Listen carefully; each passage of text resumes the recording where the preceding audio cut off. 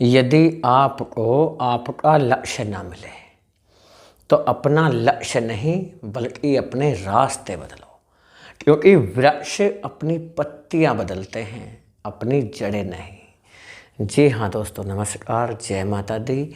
मैं एस्ट्रोलॉजर संदीप हूँ, आप सभी का बहुत बहुत स्वागत करता हूँ आपके अपने YouTube चैनल सिंह राशि चैनल में, और आशा करता हूँ कि आप सब अच्छे होंगे। दोस्तों, सबसे पहले तो आपका बहुत बहुत धन्यवाद। आप इतना सारा प्रेम देते हैं, हमारी वीडियो देखते हैं, सपोर्ट करते हैं और माफ़ी चाहते हैं आपसे। बहुत दिन बाद हमारा वीडियो आ रहा है, आपके बहुत सारे कमेंट आए और बहुत से लोगों ने व्हाट्सएप पर भी पूछा मैसेज करके, गुरुजी वीडियो क्यों नहीं आ रहा है। तो आपको बता दें, थोड़ा तबीयत खराब चल रहा था। जी हाँ, बिल्कुल ठीक है।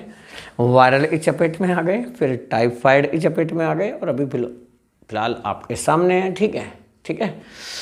तो बहुत बहुत धन्यवाद आपका और माफ़ी भी चाहते हैं।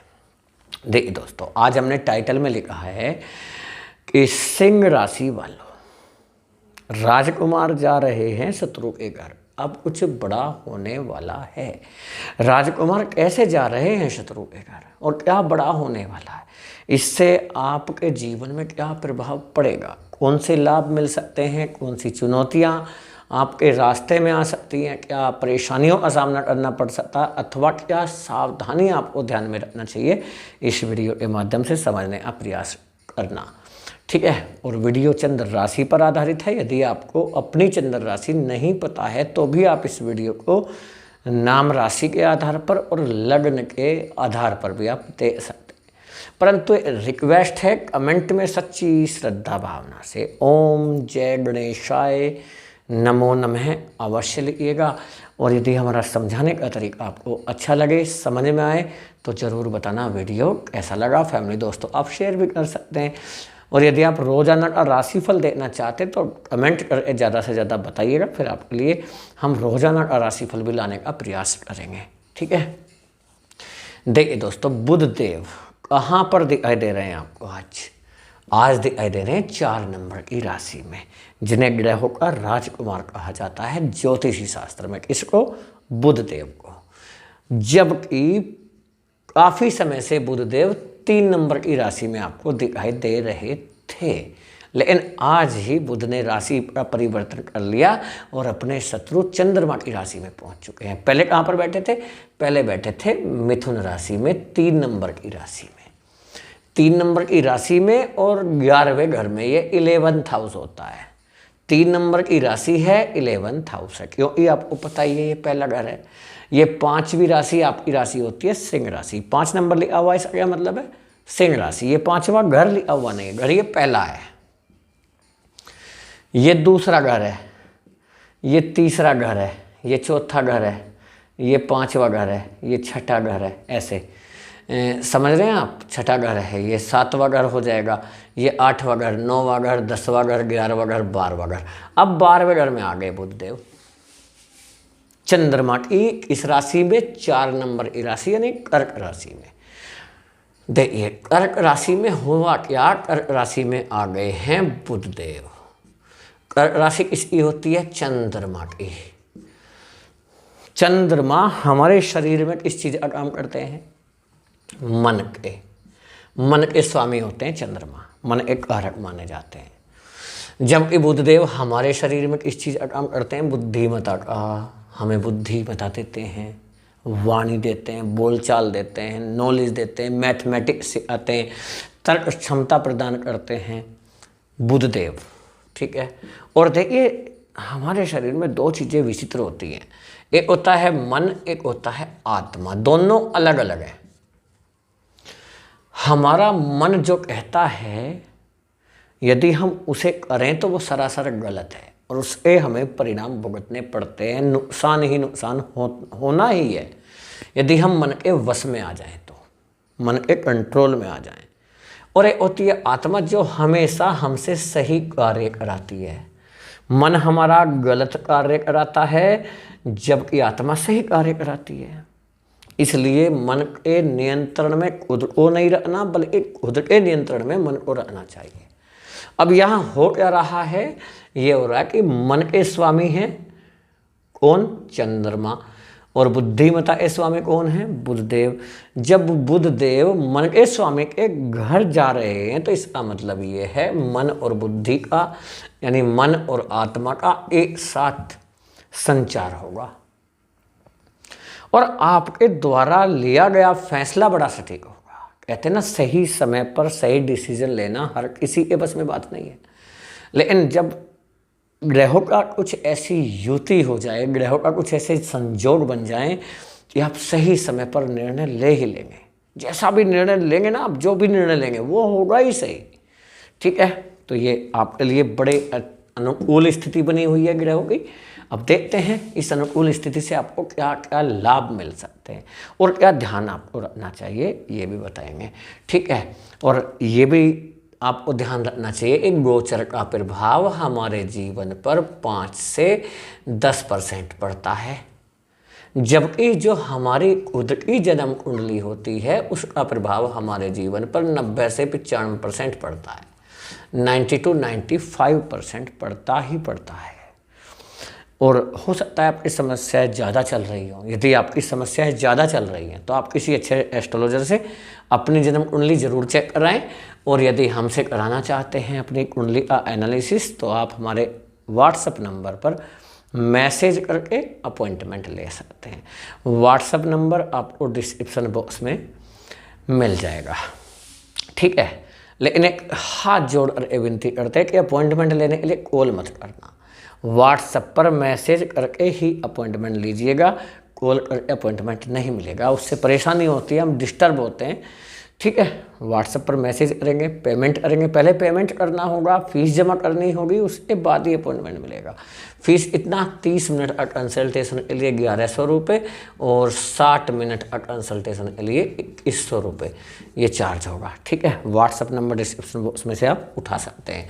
देखिए अब हो क्या रहा है, बुधदेव होंगे 12वें घर में। 12वां घर दर्शाता है खर्चे को, 12वां घर दर्शाता है विदेश को, और ये चीज़ें तो हो रही हैं। सबसे पहले तो ये समझिए एक जो खर्चा है आपका उसमें तो वृद्धि हो जाएगी, खर्चे बढ़ जाएंगे, कोई दिक्कत नहीं है।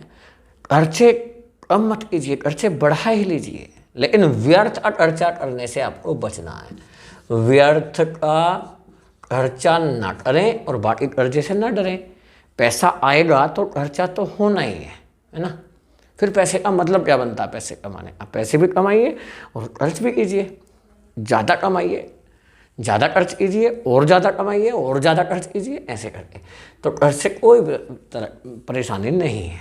खर्च बढ़ेगा, व्यर्थ का खर्चा बढ़ाना नहीं है। ठीक है, विदेश से आपके लिए गुड न्यूज़ है, चाहे वो परमानेंट रेजिडेंस को लेकर हो सकती है, वीज़ा को लेकर हो, या पासपोर्ट को लेकर हो, या हो सकता है आपके सिटीजनशिप को लेकर हो, या हो सकता है नागरिकता से संबंधित हो सकती है, या विदेश में आप हायर एजुकेशन के लिए जाना चाह रहे हैं, नहीं बन पा रहा आपका काम, या हो सकता है विदेश में आप रह रहे हैं, जॉब छूट गया, जॉब की कोशिश करते करते भी जॉब नहीं मिल पा रहा, इंटरव्यू नहीं आ रहे हैं, इंटरव्यू दे रहे हैं तो क्लियर नहीं कर पा रहे, तो ये जॉब का योग बन जाता है आपका कहाँ पर?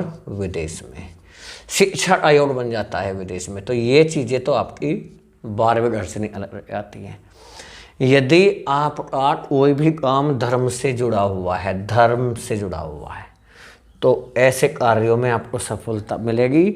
धार्मिक कार्यों आप प्रबंध भी कर सकेंगे, सामाजिक क्षेत्र में अच्छी खासी ख्याति प्राप्त करेंगे, सुख वैभव की प्राप्ति भी होगी। साथ साथ ये समझिएगा कि बुधदेव की यहाँ से 7वीं दृष्टि कहाँ पर जा रहा है? छठे घर पर यहाँ जा रहा है।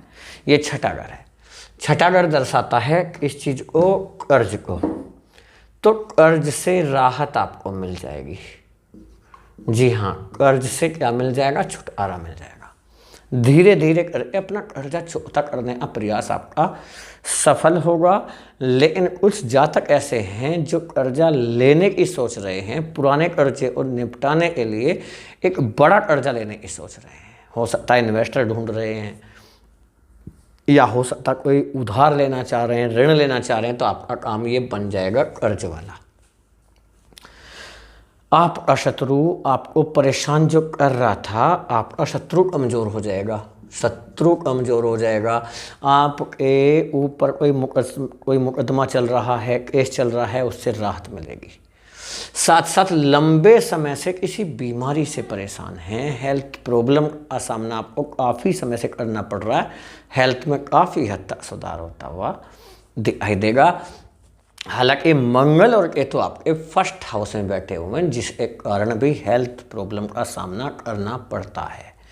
हालांकि काफ़ी हद तक राहत आपको मिल जाएगी। आपकी संतान की तरफ से आपको बहुत अच्छी खबर मिलेगी। आपकी संतान का शिक्षा से रिलेटेड हो सकती है, जॉब से रिलेटेड, या आपकी संतान के विवाह से रिलेटेड संभावनाएं अच्छी हैं। यदि आप अपने लिए जीवन साथी ढूंढ रहे हैं, जीवन संगनी ढूंढ रहे हैं, नहीं मिल पा रही अच्छी जीवन साथी, अच्छा जीवन संगनी, तो आपके लिए बहुत अच्छे योग इस टाइम पर बने हुए हैं। चीज़ें सही होगी और एक अच्छे परिवार से आपके लिए रिश्ता जुड़ेगा। एक चीज़ और आपको देखना पड़ेगा कि शुक्र आपके बैठे हैं भाग्य स्थान में। थोड़ा सा चीज़ों को ध्यान से रखें कि आपके एक्स्ट्रा मैरिटल अफेयर के योग बने हुए हैं। आपके जीवन साथी या जीवन संगनी का एक्स्ट्रा मैरिटल अफेयर भी संभावनाएं बन सकती हैं। ऐसा नहीं है कि चीज़ें क्लियर हैं, क्लियर मत समझिएगा, भ्रम नहीं करना है। क्यों नहीं करना? क्योंकि ये सिर्फ गोचर है। क्या है ये? ग्रहों का गोचर, और गोचर का प्रभाव कितना माना जाता है? 10%। ठीक है, इसकी कोई टेंशन मत लीजिएगा। साथ ही साथ द्वितीय विवाह के योग बने हुए हैं आपके। जी हाँ, द्वितीय विवाह के ऐसे योग बने हुए हैं कि आपकी लाइफ में कोई ऐसा बंदा आ सकता है जो आपके जीवन को संवार दे। जिनका डिवोर्स हो चुका है, तलाक हो चुका है, आपका जीवन साथी या जीवन संगनी आपके साथ नहीं है किसी भी कारणवश, तो आपके द्वितीय विवाह के योग बन जाते हैं।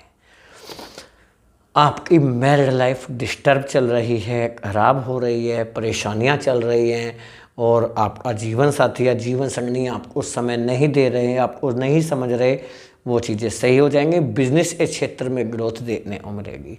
यदि आप आईटी सेक्टर से हैं, या आप इंजीनियर हैं, टेक्निकल फील्ड से हैं, या आप हो सकता है मैकेनिकल फील्ड से हैं, या आप इंजीनियर तो हैं ही, साथ में आप डॉक्टर हैं, तो यहाँ तक भी आपके लिए सही चीज़ें हो रही है। यदि आप कंसल्टेंट हैं, जी हाँ, कंसल्टेंसी लेते हैं, या आप एडवोकेट हैं, टीचर हैं, अध्यापक हैं, प्रोफेसर हैं, या शिक्षा से जुड़ा हुआ आपका कोई काम है, या आप सिविल सर्वेंट हैं, सिविल सर्विसेज की तैयारी कर रहे हैं, यूपीएससी से जुड़े हुए हैं, तो ये समझिए इन फील्ड में काम करने वाले जातकों के लिए समय बड़ा खास है। जी हाँ, आपके द्वारा लिया गया निर्णय बड़ा सही साबित भी होगा। सोच समझ ही निर्णय लीजिएगा। कोई नया काम शुरू करना चाहते हैं, कोई बिजनेस करना चाहते हैं, नहीं कर पा रहे, उसे कर दीजिएगा। भगवान का नाम लेकर शुरू कीजिए, लेकिन जिसमें अनुभव है या किसी अनुभवी व्यक्ति से सलाह जरूर लीजिएगा। ठीक है, कर सकते हैं फिर आप। दोस्तों, ये था सिंह राशि वालों के लिए।